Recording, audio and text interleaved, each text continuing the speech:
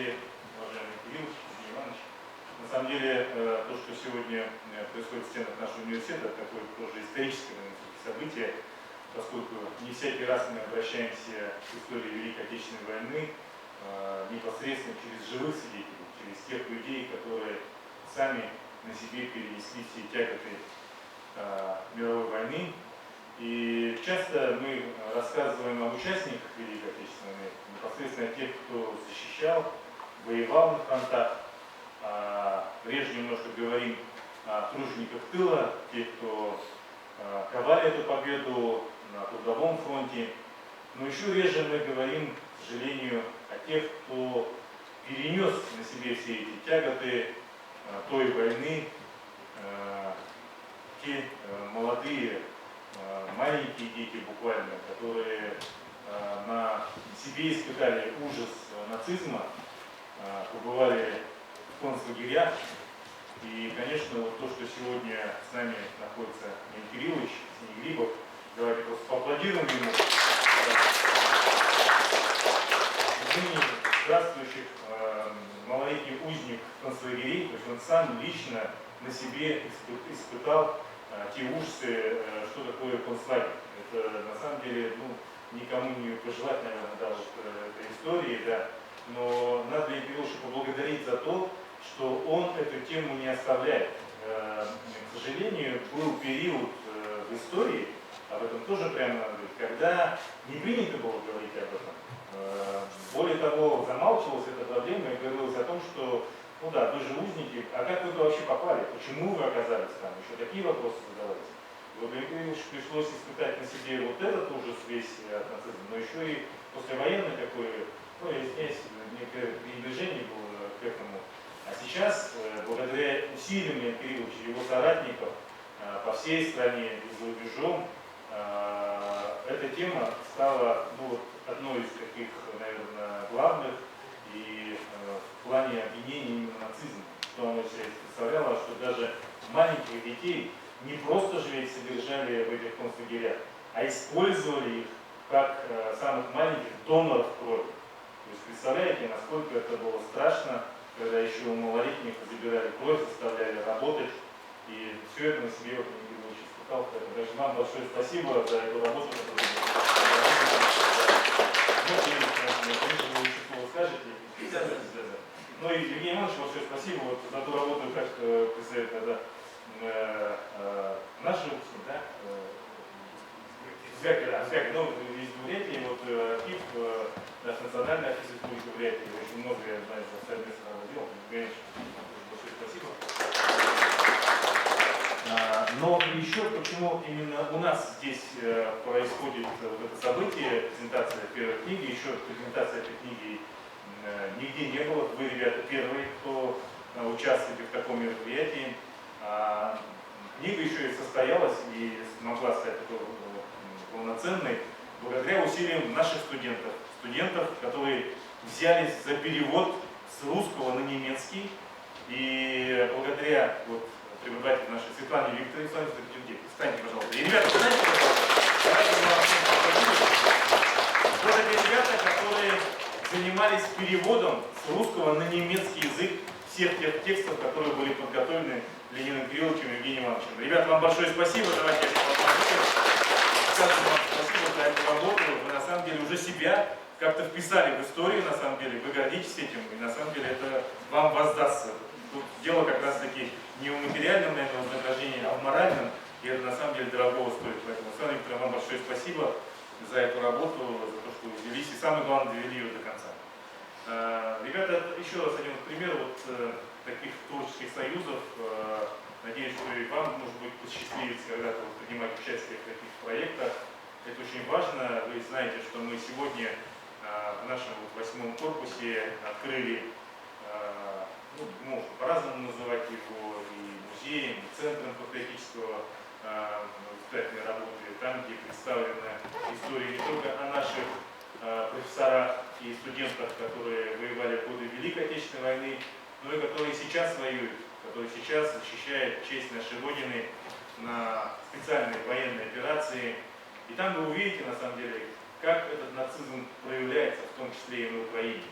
К сожалению, здесь приходится делать знак равенства в тех зверствах, которые производили украинские оккупанты на территории Луганска и Донецка.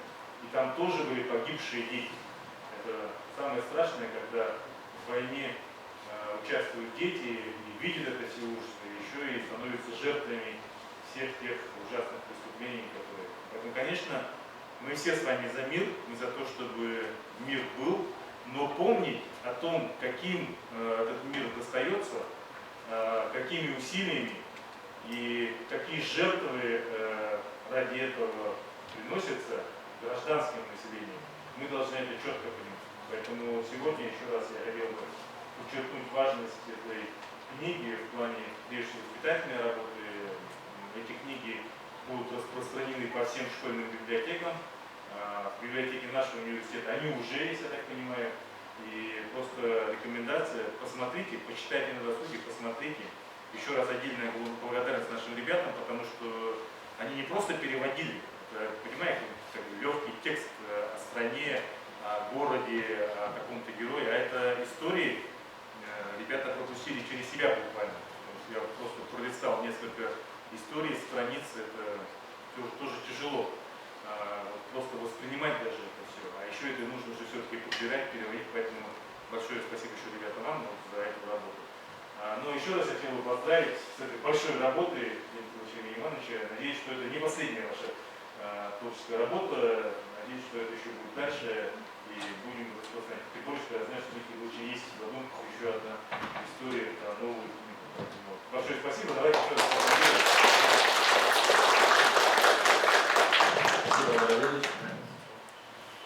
Сегодня вы познакомитесь с Леонидом Кирилловичем Синегриповым, председателем Общероссийской общественной организации «Российский союз бывших несовершеннолетних узников фашистских концлагерей», главным редактором газеты «Судьба», автором книг о зверствах и фашистских захватчиках, которому лично довелось столкнуться с ужасами концентрационных лагерей, куда он попал в детстве после оккупации врагами родного города Дятьково, Брянской области. После войны Леонид Кириллович закончил факультет журналистики Ленинградского государственного университета и по распределению был направлен в город Улан-Удэ, где стал работать в республиканской газете «Правда Бурятии». В 1993 году Леонид Кириллович основал и возглавил газету «Судьба», официальный печатный орган Международного союза бывших малолетних узников фашизма. Сегодня Леонид Кириллович о книге, изданной в городе Улан-Удэ весной нынешнего 2024 года под названием «12 детей на оккупированных в Германии территории СССР». Соавтором книги является кандидат исторических наук, начальник отдела информационных архивных технологий Государственного архива Республики Бурятия Евгений Юрьевич Шаповалов. Леонид Кириллович, Евгений Юрьевич, вам слово. Спасибо. Спасибо. Спасибо, уважаемые студенты, что вы пришли на эту встречу. Алдар Валерьевич, спасибо вам за теплые слова, которые вы принесли критическую адрес автора книги. Газета «Судьба» 30 лет существует. Была создана в 1993 году. Вы знаете, период России такой был нехороший период. Но мы, несмотря ни на что, сумели, узники фашизма, бывшие малолетние, сумели организоваться и создали газету «Судьба». Трибуну жертв.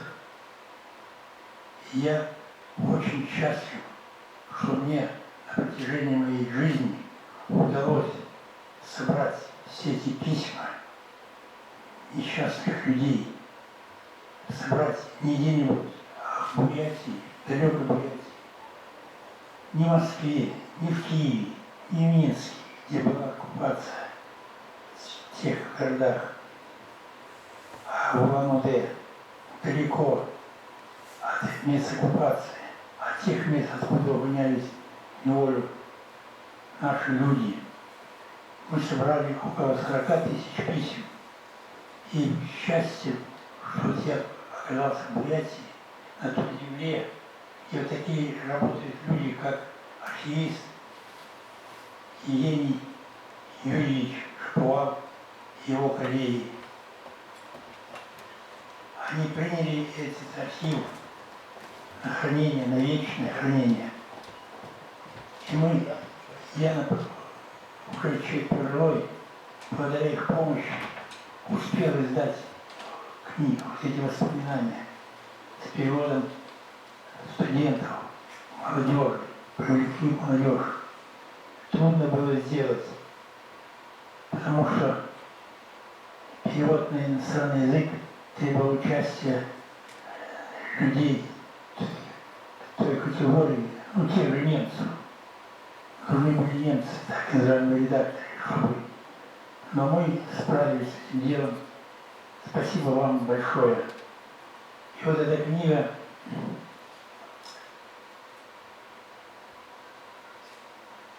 издана. Она сейчас, ее читает Россия. 100 экземпляров будет отправлен на международный антифашистский форум в Москве. 100 экземпляров книг мы отправили руководителям и главам администрации всех республик Российской Федерации. Мы гордимся Бурятией, что на этой земле сохранена память. О самой книге слово предоставляется Юрию Евгеньевичу Шквалу.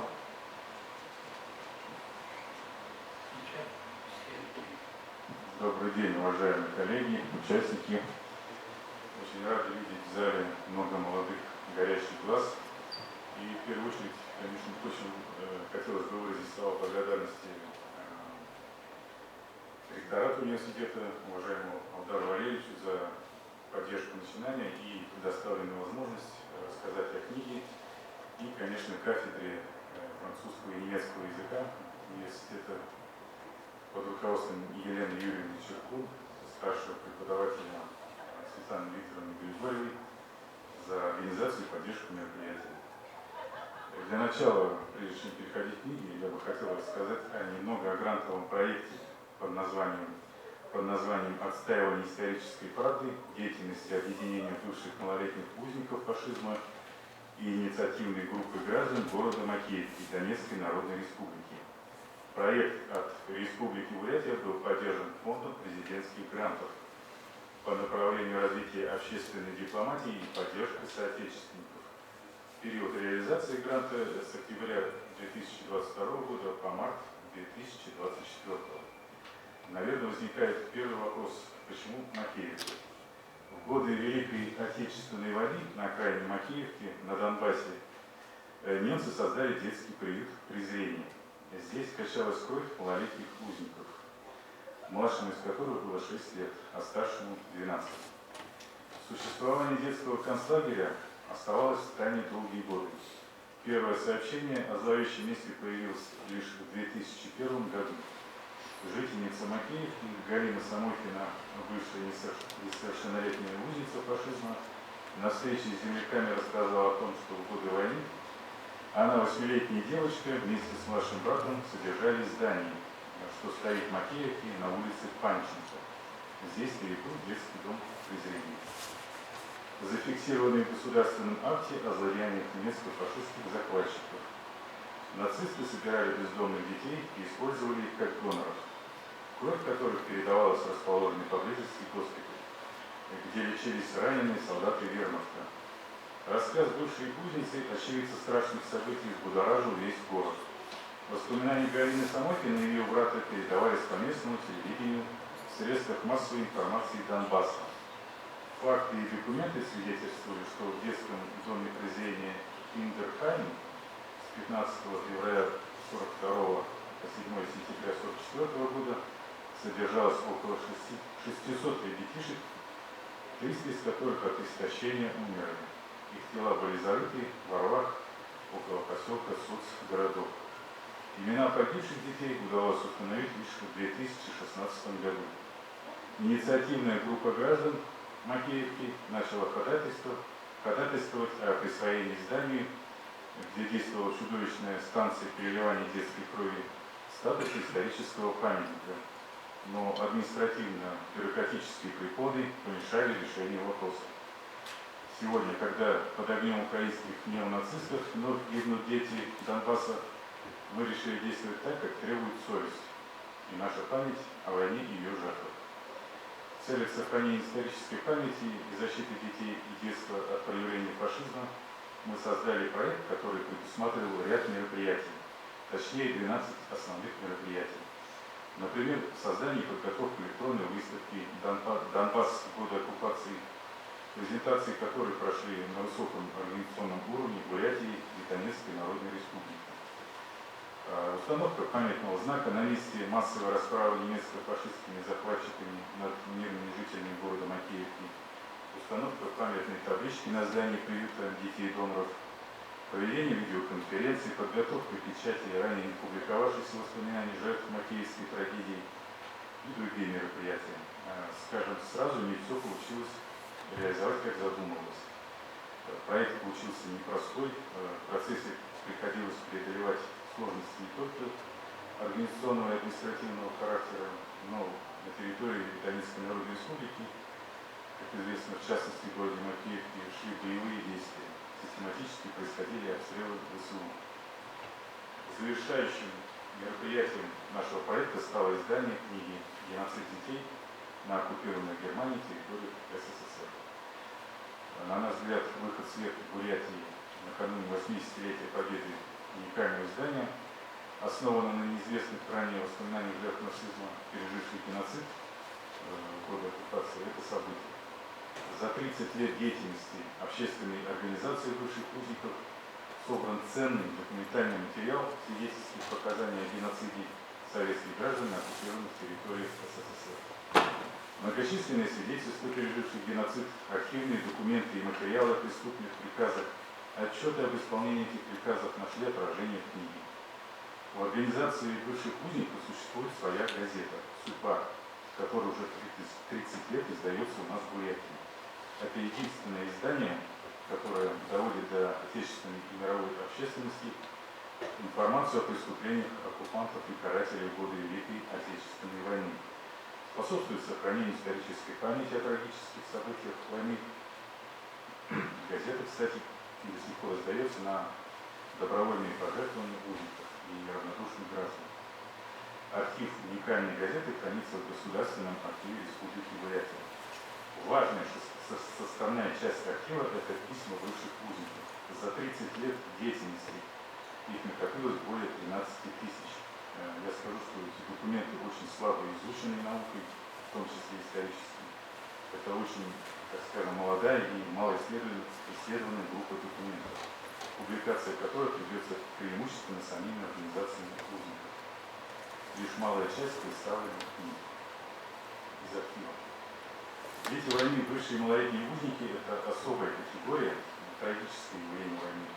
Ведь впервые в человеческой истории дети стали объектом нацистской государственной политики, военных действий, ее науки, промышленности, медицины и псевдомедицины, объектом воспитания и перевоспитания в чуждом человеческую духе. Все это сопровождалось массовыми убийствами детей, голодными смертями, рабским трудом, утратой родителей, родины и имени, частичным или полным изъятием детской крови. Свидетельством нечеловеческих преступлений в годы войны стала гибель более 2,5 миллионов детей. Многие сотни тысяч детей, выживших на оккупированных территориях, впоследствии стали инвалидами, не смогли получить достойного образования, жить полной жизнью, создать семью, иметь потомство. Генетический фонд населения оккупированных территорий бывшего СССР был подорван. Только 1 из 10 концлагерных детей остался в живых. Судьба живых детей сложилась по-разному. Многие из них добивались признания в родной стране десятилетиями. Часть из них, искалеченных в неволе, ушли из жизни, так и не получив своей реабилитации. Они до сих пор хранят память и передают свои истории новому поколению. Но бывшие малолетние узники еще живы. По данным экспертов, на 2013 год на территории России проживало около 200 тысяч представителей этой категории граждан. Практически 80 тысяч из них были инвалидами. В настоящее время в нашей стране проживает около 70 тысяч граждан. С каждым годом становится все меньше. Наша книга состоит из 6 разделов и последовательно раскрывает деятельность самой организации бывших узников и, конечно же, содержит воспоминания и свидетельства бывших узников. Один из самых больших, более 200 страниц текста в документальных разделах книги о добровольных началах переведен на немецкий язык студентами кафедры французского и немецкого языка. Отдавая дань уважения нашим землякам, раздел книги посвящен героям России, уроженцам Бурятии, участникам специальной военной операции. По нашим планам презентация книги состоится на 11-м международном антифашистском форуме в Москве, национальных объединений Международного союза бывших малолетних узников, в которые входят граждане Армении, Беларуси, Казахстана, Латвии, Литвы, России, Эстонии, Болгарии и многих других государств. Книга планируется к распространению за рубежом. Для западноевропейской аудитории мы бы хотели попросить помощи Бурятского государственного университета в этом вопросе. В данный момент книга распространена в библиотечной сети Республики Бурятия. Мы передали экземпляры книги бурятский филиал Фонда защитники Отечества. Книга будет вручена героям России из Бурятии, родственникам посмертно награжденным званием Героев России. 100 экземпляров книги будут отправлены для, как я уже сказал, для представления на Международный антифашистский форум и 100 экземпляров в организации узников России в стране. В планах у нас полностью издать эту книгу на английском, французском, украинском и мы надеемся,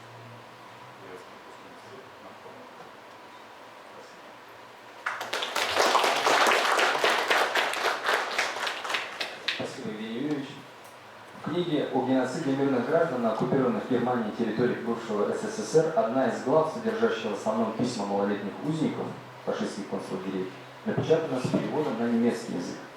Переводом занимались студенты группы 03904 Института истории и филологии, направление педагогическое образование, немецкий и английский языки. Руководителем данного проекта от Бурятского государственного университета стала старший преподаватель кафедры немецкого и французского языков Григорьева Светлана Викторовна. Разрешите предоставить слово директору Института истории и филологии, доктору исторических наук, доценту Николаю Сергеевичу Байталову. Светлане Викторовне, если Юрию нужно слово, а не мне.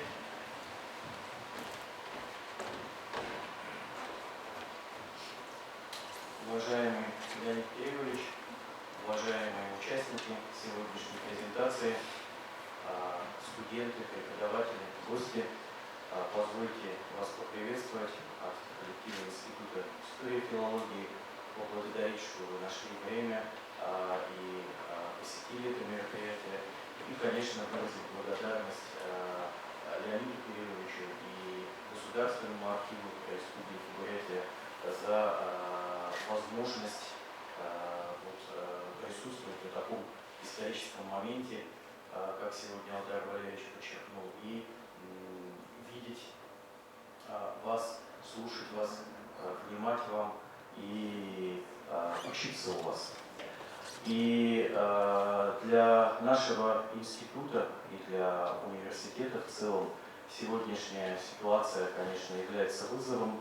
Мы в этом отношении не сидим сложа руки, постоянно всеми силами поддерживаем наше государство и общество. В университете недавно совсем приурочено было ко Дню Победы открытие зала боевой славы, галерея участников СВО, постоянно проходят и аудиторные, и неаудиторные занятия, экскурсии в этой галерее. Преподаватели кафедры истории Бурятии большую работу в этом отношении проводят. В рамках курса по истории Бурятии они организуют экскурсии студентов всех направлений подготовки в зал боевой славы. Кроме того, проводятся конкурсы героика в истории Бурятии, конкурс ораторского искусства, конкурс видеороликов, конкурс на рассказ о своем боевом предке, прадеде или деде, конкурс сочинений. Сегодня университет выполняет 2 больших грантовых проекта и завершили в прошлом году 2 проекта, поддержанные Росмолодежью. Ну и, конечно, в этом отношении наша первоочередная сегодня задача – это не только просвещение и пропаганда внутри нашего университета и внутри нашей республики, нашей страны, это и выход на международный уровень. Особенно это касается тех государств, стран Евросоюза, стран Запада, сегодня выражаются, говорят, коллективного Запада, которые к нам не дружественны, чтобы они благодаря таким проектам, благодаря таким работам, переводческим, в первую очередь, узнавали правду. До них тоже важно доносить, потому что у них, мы знаем, своя цензура, своя идеология, своя политика, и все эти события преподносятся иначе. Вот сегодня у нас защищались студенты направления подготовки магистратуры истории, и они рассказывали о фальсификации истории Второй мировой и Великой Отечественной войны. Приводили факты, оказывается, во многих странах Европы, Запада история Второй мировой войны изучается без истории Великой Отечественной войны. Или история и Советского Союза, и вклад Советского Союза в победу как-то замалчивается. Там вот такие примеры, что из 20 самых крупных сражений Второй мировой войны упоминается лишь одна Сталинградская битва из сражений, в которых участвовала Красная Армия и побеждала Красная Армия. Поэтому та работа, которая сегодня начата, это работа коллектива преподавателей и студентов кафедры немецкого и французского языков, она, конечно, будет продолжена. И ваш наказ мы постараемся выполнить. У нас функционирует несколько англоязычных кафедр, несколько иностранных кафедр, в том числе кафедра перевода, которая может работать с английским, китайскими языками, кафедра немецкого, французского языков, кафедра английского языка и лингводидактики.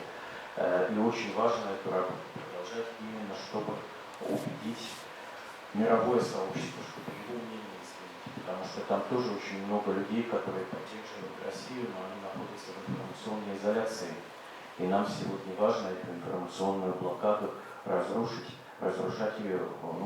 Каждый свой вклад может в это внести, пассивный вклад, и вот мы это тоже делаем. Еще раз всех благодарю. Ну а Елена Юрьевна со Светланой Викторовной, наверное, расскажет уже более подробно о том, как проводилась работа по переводу.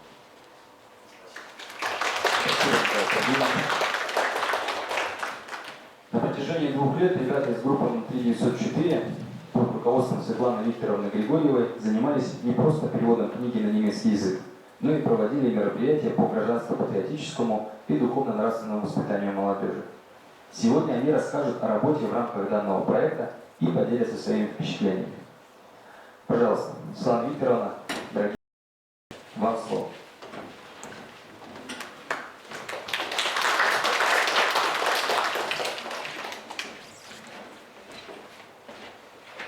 Добрый день, дорогие коллеги, дорогие студенты.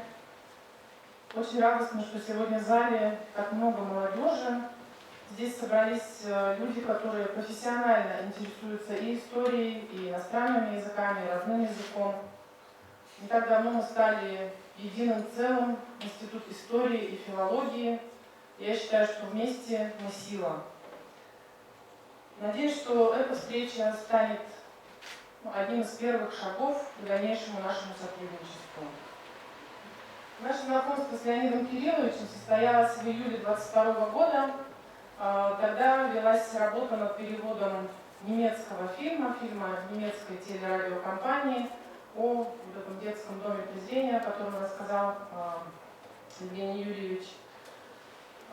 Ну и впоследствии Леонид Кириллович задумал издавать книгу, вернее, в планах уже, наверное, давно нашего, но обратился к нам тоже за помощью в переводе материалов газеты «Судьба», свидетельств бывших несовершеннолетних узников.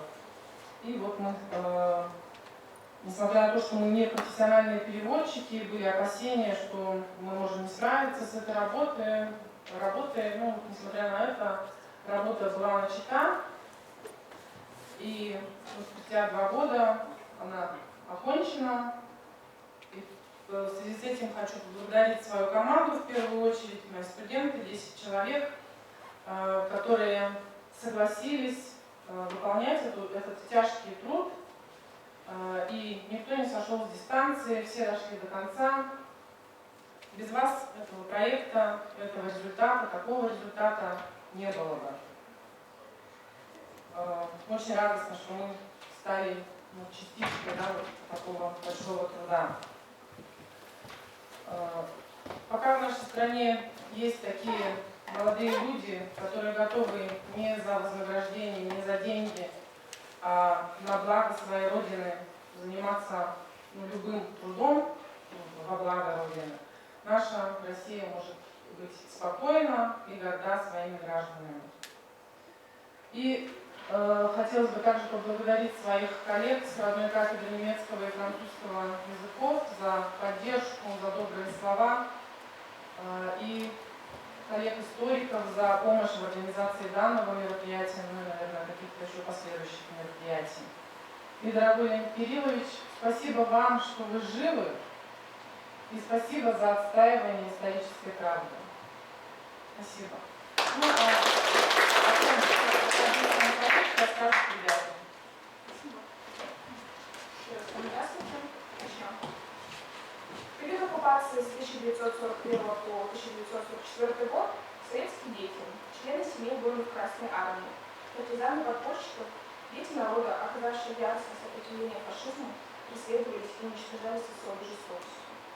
Известно, что одной из целей войны против СССР, ставшей реальным препятствием на пути перманентного господства, было истребление большей части населения и превращение остальных в рабов. Дети автоматически попадали в объект массовой ликвидации.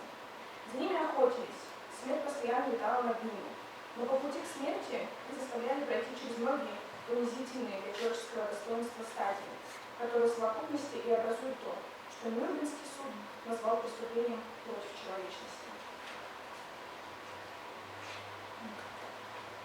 Из запрещения Общероссийской общественной организации Российский союз бывших несовершеннолетних узников фашистских концлагерей к антифашистскому форуму. Нас заставляли забыть свое имя, надевая на шею бирки, нашивая на одежду условные знаки, а на теле выкалывая номера.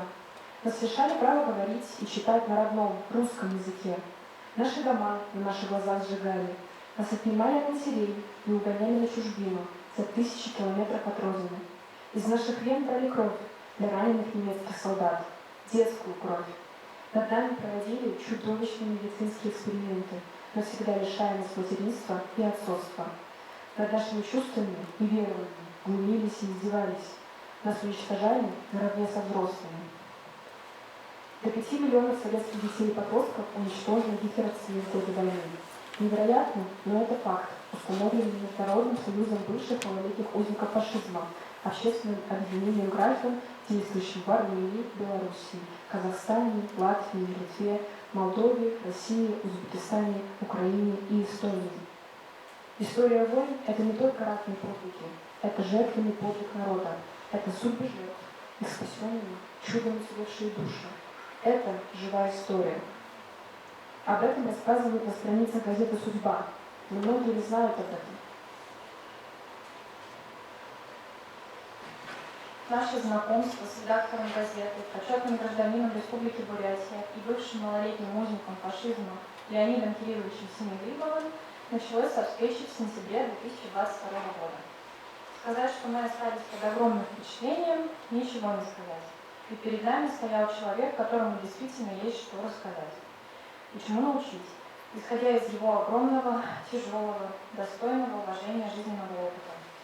Мы узнали, что Леонид Кириллович является автором книги «Простите нас. Покаяние со страниц газеты «Судьба», в которой собраны многочисленные заметки и истории жертв концлагерей. Она содержит в себе невероятный груз эмоций и тяжелых воспоминаний, которые не оставят никого, кто возьмет эту книгу в руки, равнодушным. Нам, молодому поколению, очень важно проникнуться такими историями в силу нашего малого опыта. Поэтому мы с большим желанием решили принять участие в переводе книги на немецкий язык, ведь делаем полезное и значимое дело. Мы считаем, что такие встречи и обмен опытом – это замечательная возможность поговорить о вещах, которые мы забываем, но которые так важны, чтобы люди помнили историю и что бывает, когда их желание переходит черту мирного сосуществования. Занимались переводом материалов газеты на немецкий язык, опубликованных благотворительным фондом газеты «Судьба» в новой книге. Планируется распространить на немецких языках, на немецком языке. Объем работы около 150 страниц. Тяжелый материал, воспоминания, документы, письма и судьбы детей войны. Идея сохранения и распространения исторической памяти сподвигла нас еще ряд мероприятий. Их цель заключается в том, чтобы рассказать большему количеству людей о тех страшных годах, и преступления нацистов не имеют срока давности. И в наши дни, когда под огнем украинских нацистов вновь гибнут дети, Донбасса мы решили действовать так, как требует совесть и наша память о войне и ее жертвах. 11 апреля отмечается памятная дата – Международный день освобождения узников фашистских концлагерей. В 2023 году Центральная городская библиотека имени Калашникова провела мероприятие, в стране которого мы не могли остаться. Бывшие малолетние узники поведали свои истории о выживании, голоде, пытках, страхах и неумолимом ужасе войны. 14 апреля 2023 года состоялась встреча с студентами железнодорожного колледжа, на котором был организован просмотр фильма «Макеевка. Тайна одной окраины», в создании которого мы тоже приняли участие и обсуждение с Леонидом Кирилловичем. Никто не остался равнодушным. Студенты задавали вопросы, делились своими впечатлениями и чувствами и прониклись его судьбой и тем, какой важной работой занимается его команда сейчас.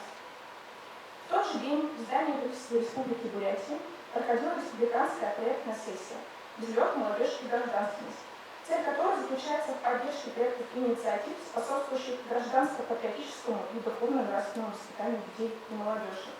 Мы были награждены дипломом за лучший медиапроект в сфере гражданско-патриотического и духовно-нравственного воспитания подрастающего поколения.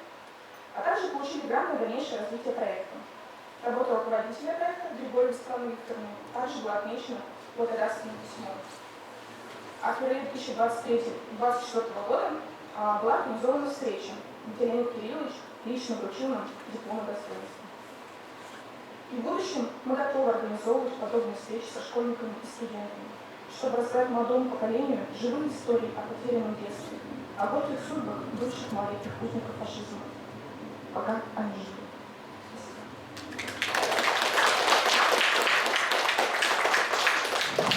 Спасибо, ребята.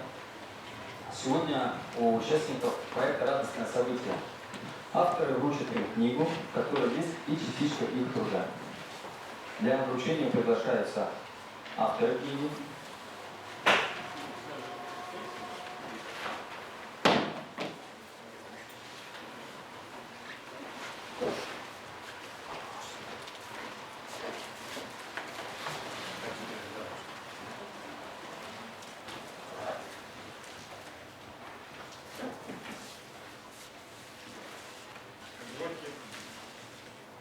и студенты группы 3904. Это Петухеева Сарана, Викторова Екатерина, Иванов Никита, Каймонова Анастасия, Носкова Ксения, Ачирова Эржена, Раптаева Камила, Ступакова Ульяна и Циренова Анна, а также Григорьева Светлана Викторовна.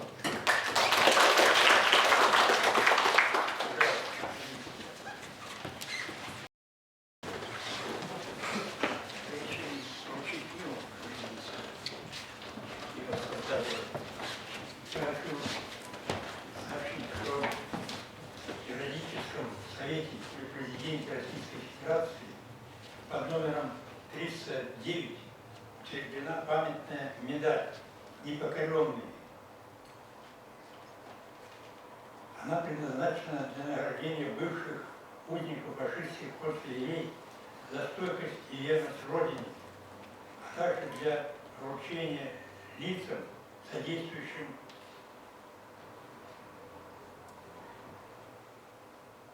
бывшим узникам и поддерживающим бывших узников фашизма. Решением Совета Российского союза бывших узников награждена такой медалью преподаватель, старший преподаватель Бурятского государственного университета имени Таржи Бандарова Григорьева Светлана Викторовна.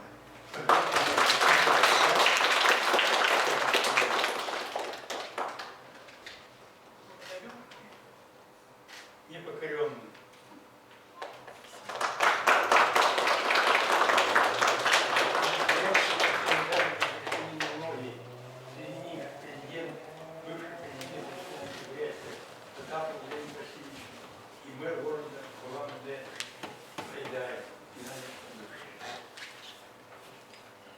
Имеется, включается экземпляр издания «Геноцид детей».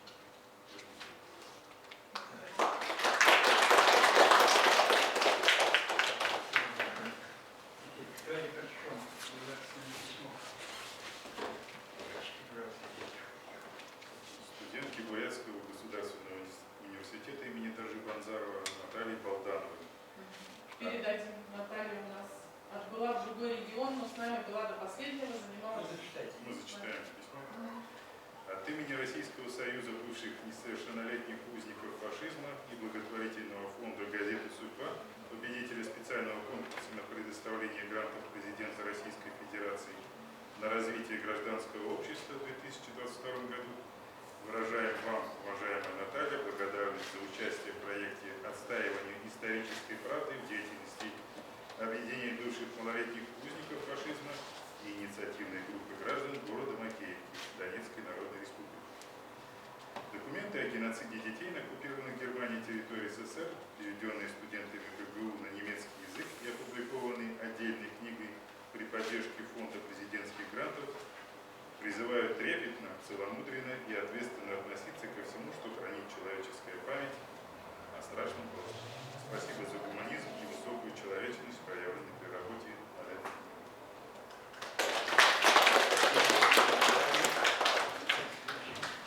Следующий Сарани Петухеева. Саран у нас в Саратове на студенческой весне российской. Передадите. Обязательно. Никите Иванову. Никите Иванову. Творческое отношение. Никита, вставайте и памятная фотография.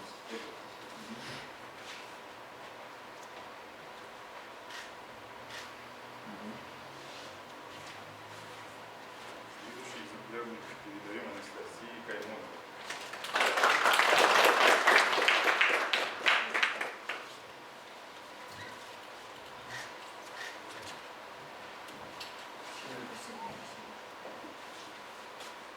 Екатерине Викторовне.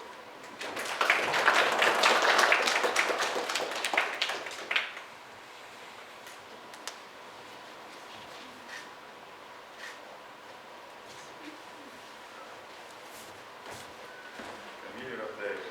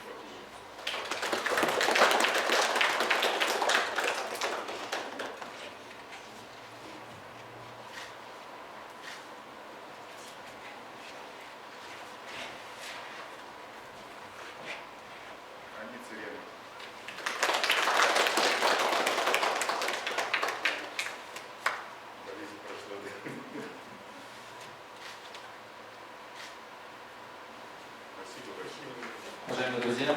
Еще раз аплодисменты для авторов.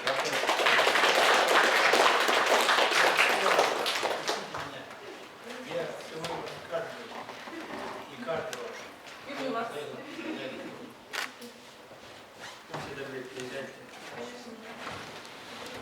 Спасибо вам большое.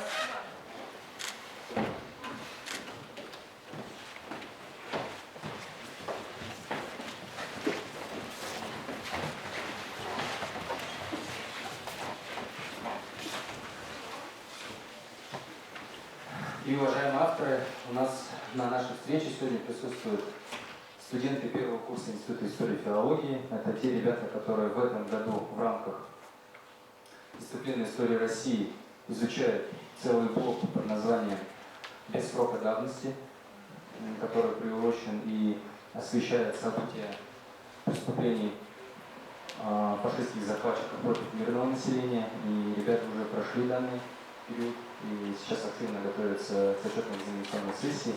И я думаю, у ребят есть вопросы. Мы бы хотели попросить вас, если есть вопросы, ответить нам. Дорогие ребята, вы изучили целый блок под названием «Без срока давности». И в целом можно, наверное, спросить о создании истории книги, о создании газеты «Судьба», о каких-то важных жизненных моментах и принципах. Потому что Леонид Кириллович Синегрипов – это почетный гражданин Республики Бурятия, который до сих пор активно работает и в том числе публикует научные работы. Леонид Кириллович опять избран председателем Российского союза бывших малолетних узников. То есть очень активный человек, Леонид Кириллович. Если есть вопросы, пожалуйста. Пожалуйста. Здравствуйте, Леонид Кириллович. С вами я уже вижу второй раз. Первая наша встреча состоялась, когда я учился еще в школе, 4 года назад. Тогда я помню, что ваша биография очень сильно отложилась у меня уже в сердце. Хотелось бы ее услышать еще раз, чтобы уже будущие специалисты понимали, о чем вы сейчас говорите и что вы прошли.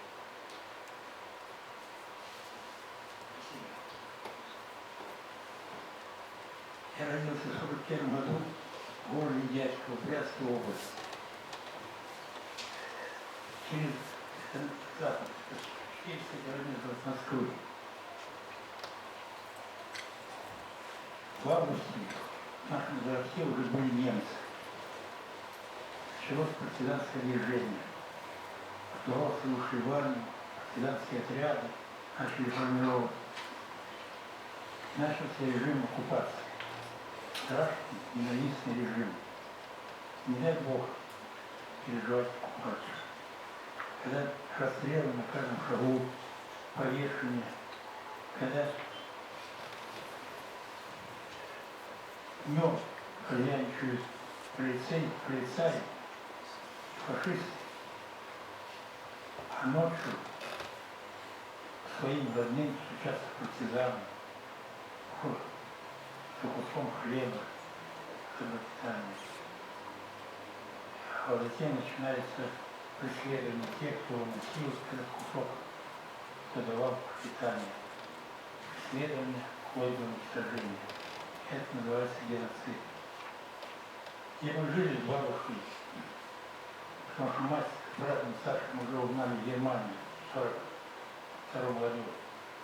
11-летний брат. А я остался с бабушкой. Мне было 23 года. Против нас был стадион.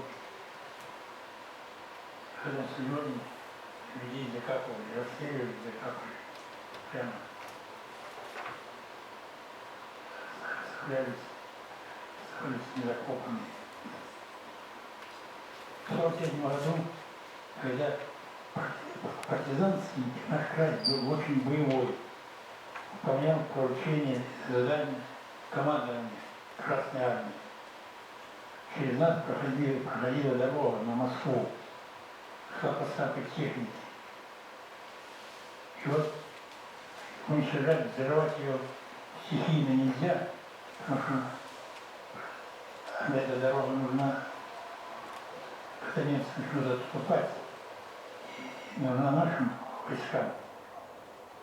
Поэтому уничтожались, участвовали в специальном задании. И вот действовали диверсионные группы, которые донимали немцев ужасно. И вот чтобы покончить с партизанским движением, с фронта было снято несколько частей фашистских.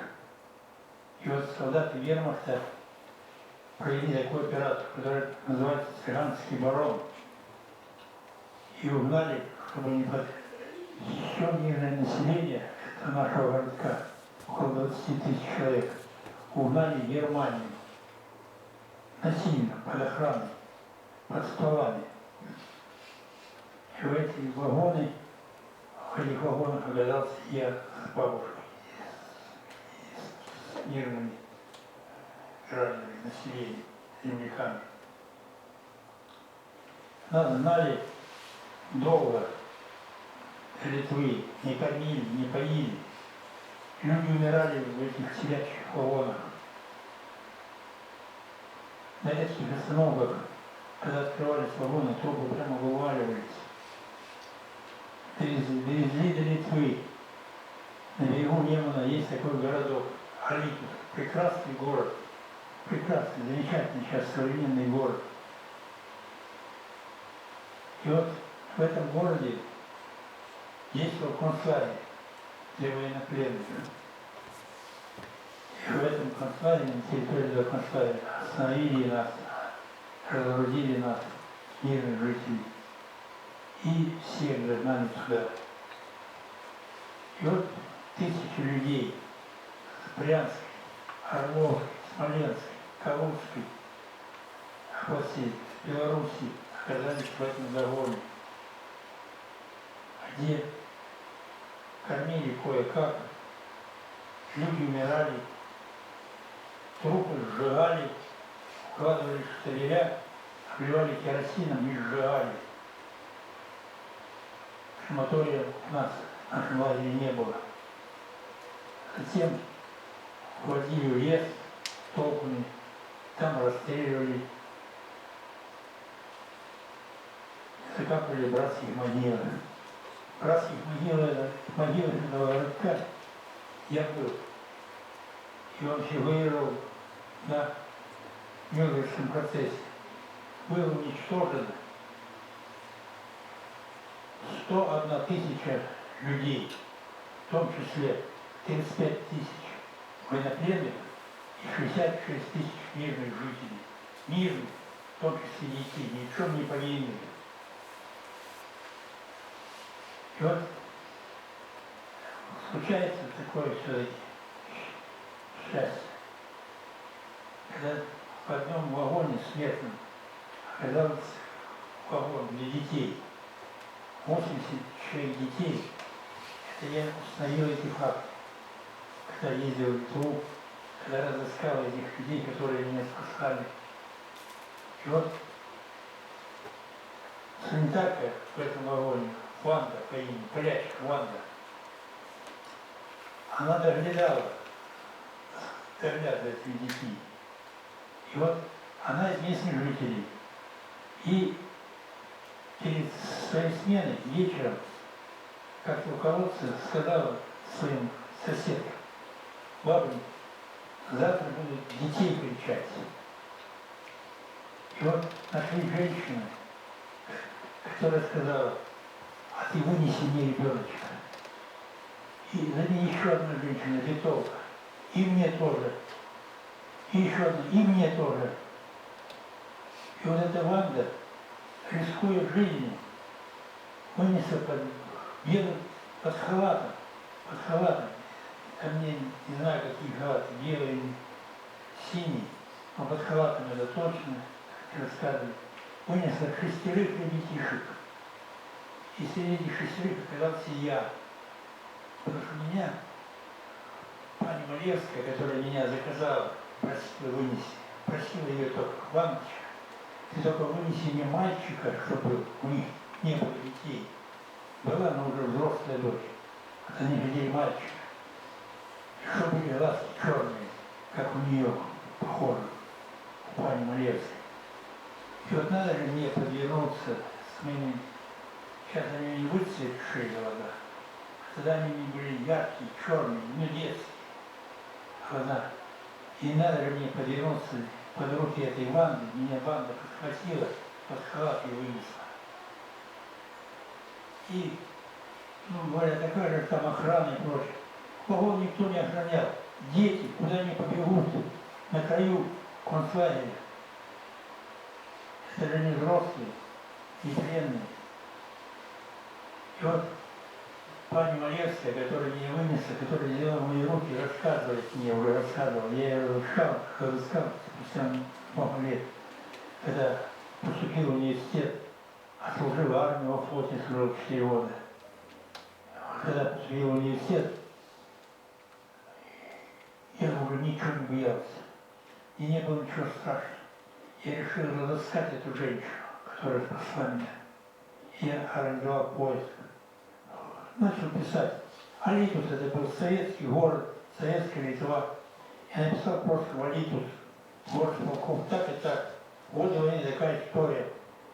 Спасли русского мальчика. Помогите мне найти эту женщину, которая меня, то есть меня спасла. Приходит письмо. Как сейчас помню, я в общежитие возвращаюсь. Недолго я занял. В общежитие возвращаюсь, письмо мне, запись, знаете, в общежитии в Клетях было. Было письмо из Литвы, из Авидуса. От пани Малевской. Тадик, они меня назвали в целях конспирации, меня крестили. Я хотя крещен, не крещен был, не деревни православной церкви, не православной, но в костеле они крестили, чтобы своего предать, как своего сына. И дали имя Тадик. И вот я читаю, Тадик, мы здесь, приезжай, твоя Малевская. И вот я дождался каникулы, студенческие первые, счастливые каникулы. За деньги за свои, за последние, купил не синий костюм, а я еще ходил на занятия первого курса в форме военно-морской, моряка демобилизованного. Ну, морская форма симпатичная, у нас даже из солдатской одежды ходили ребята с нашего факультета. И я поехал в Литву. И вот я нашел этот дом, меня ноги привели в этот дом. Я увидел эту пани Малевскую, я застал пана Малевского, еще живого, эту семью, я их застал еще. Счастье. Какая радость была, какая встреча. Такие воспоминания. Они немного рассказали о том, чего я не знал, о тех ужасах, которые творились.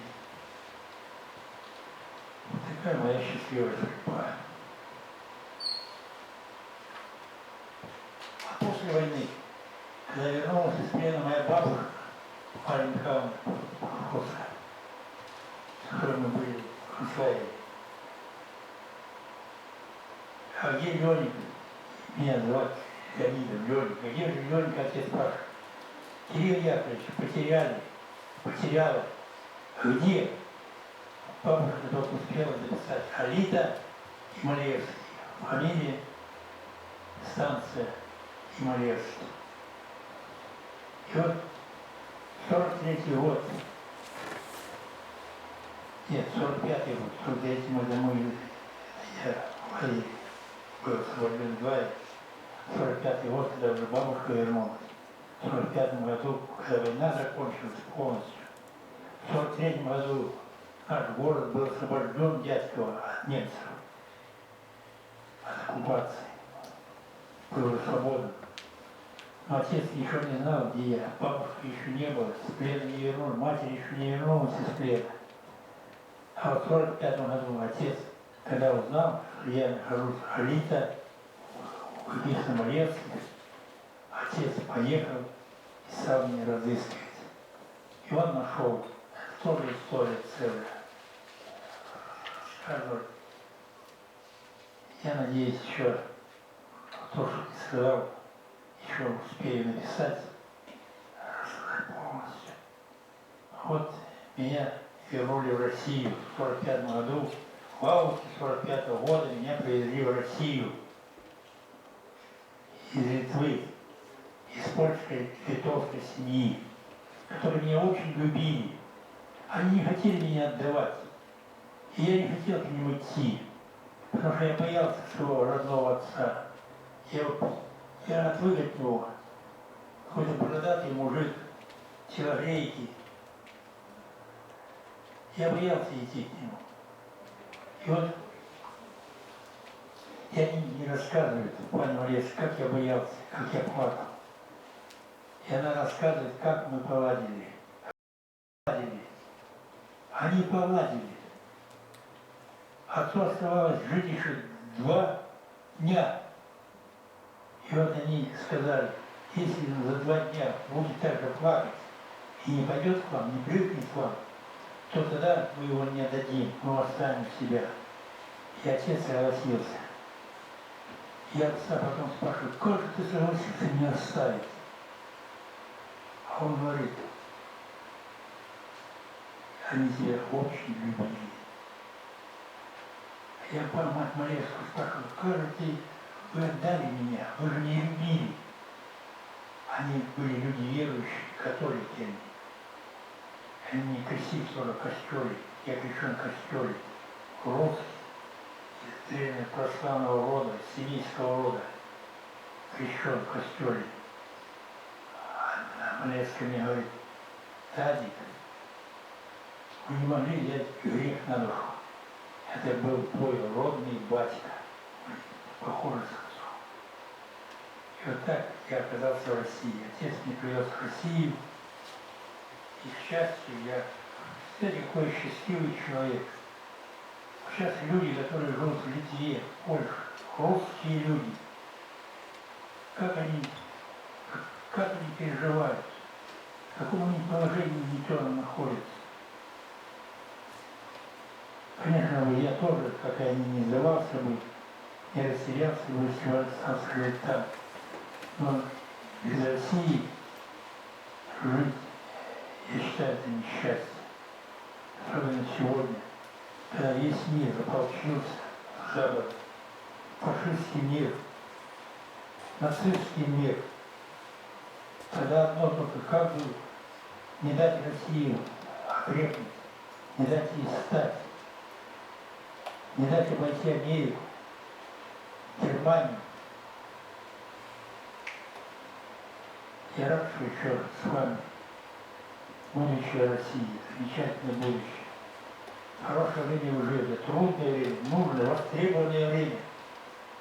Как никогда вы нужны России сейчас молодые, крепкие, красивые, счастливые люди.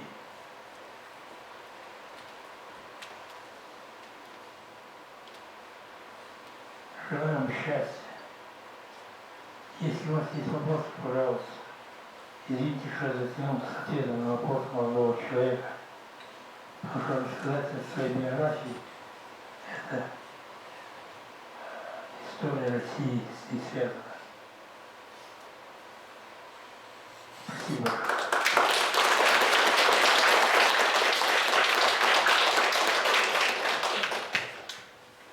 Леонид Кириллович удивительный, очень сильный человек, глядя на которого испытываешь только чувство гордости и уважения. Книга вышла в свет, чтобы люди не забывали историю и не переходили черту мирного сосуществования. Такие встречи и обмен опытом, как сегодня, это замечательная возможность поговорить о вещах, о которых мы не должны забывать, которые так важны и нужны каждому из нас. Леонид Кириллович, спасибо вам большое за встречу, за разговор. Благодарю. Спасибо, друзья. Я хочу сказать чуть-чуть. Огромную благодарность, личную от себя, сердечную благодарность выразить своему другу Евгению Юрьевичу Шаповалову, автору книги, который поддержал, который, мы с ним уже 5 лет дружим, который заинтересовался нашими материалами, который поддержал меня в этой идее, в этом поиске. Это был очень серьезный поиск. Вы книгу можете приобрести, она в магазинах Полинома поступила в продажу. Я очень сердечно благодарен юным переводчикам книги. Я признаюсь вам, я возлагаю большие надежды на людей из этой когорты. Я уже человек уходящего поколения. Мне 83 года. 30 лет я издаю последние книжки «Хозяин судьба». И вот я ищу замену себе. Это целое дело найти человека, который был в этой теме, который проникся в сердце.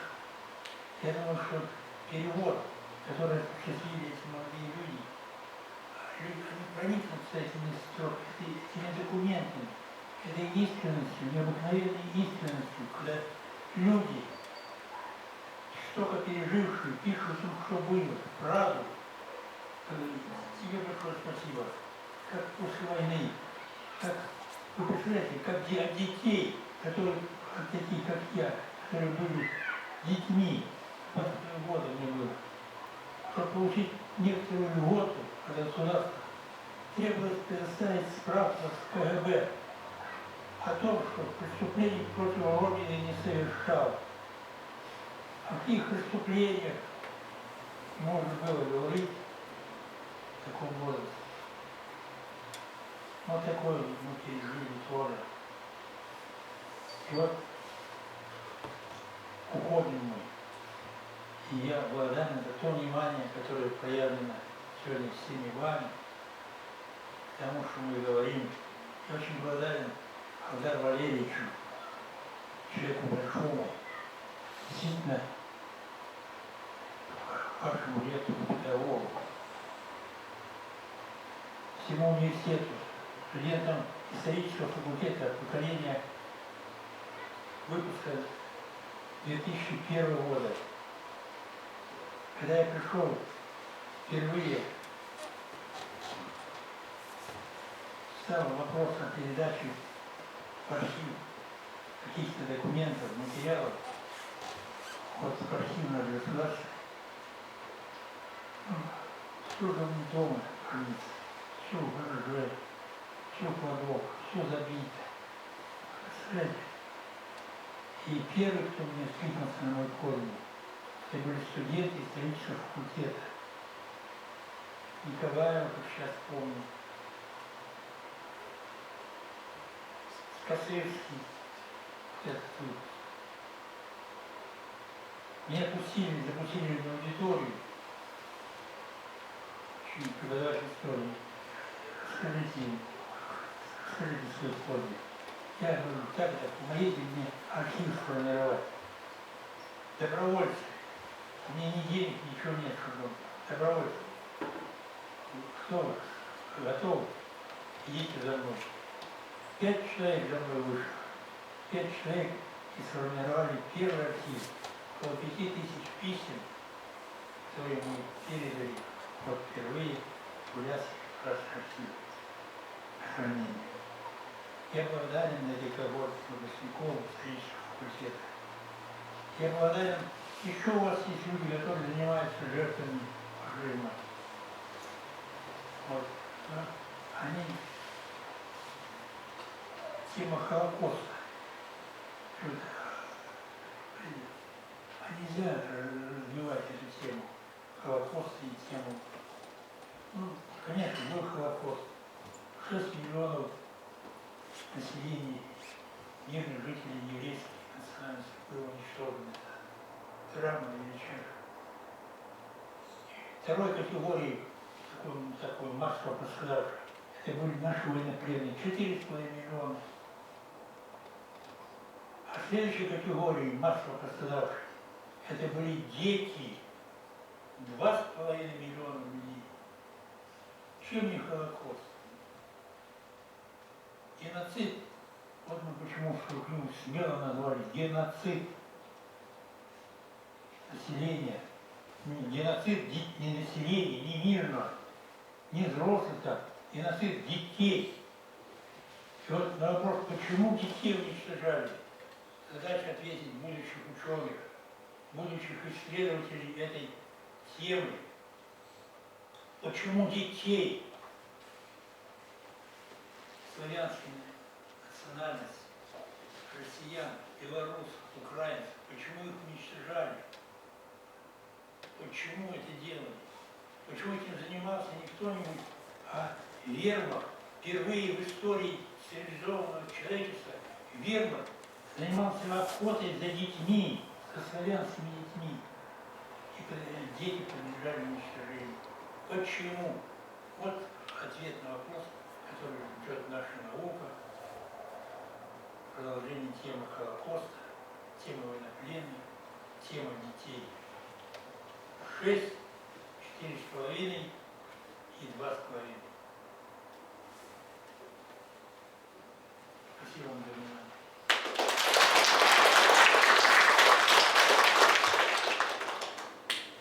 Еще раз благодарим за интересную, во многом поучительную, воспитательную встречу. И желаем вам, Леонид Кириллович, новых творческих успехов. Евгений Юрьевич, спасибо вам большое. И разрешите сделать с вами памятную фотографию. Встречи. Дорогие Электронная версия книги доступна на сайте газеты «Судьба». Да, садите, не поленитесь, садите. Газета «Судьба», .рф, садите. Там не только эта книга, там и другие книги. И вообще сайт замечательный. Приглашаю вас к участию в этом сайте. Сейчас газета «Судьба» переходит на электронную версию режим онлайн. Сайт создал молодой человек, студент Марийского университета Иванов Дима. Иванов Дима — это его папа. Антоша Иванов. Он что-то его знает. Он создал сам, без никаких, вы представляете, вот он увидел меня, увидел мою тему. Создал сайт. Посмотрите, какой шикарный сайт создан. И еще второй сайт он создал. Наш геноцид. Смотрите, богатые сайты. Чем и тоже создавайте свои сайты. Чем больше будет таких разумных, нужных для человечества, для истории России сайтов, тем легче будет нашему обществу жить, выживать, бороться с негодяями, с запухателями, цивилизованными.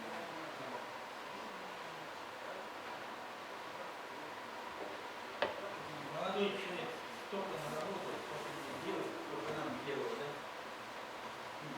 Молодой человек, это в основном на третий курс. Первый сайт он создал, учился в 9 класс, в 3 школе. Создал сайт. Спасибо большое. Еще раз желаем успеха. Спасибо вам. Вам спасибо, декан.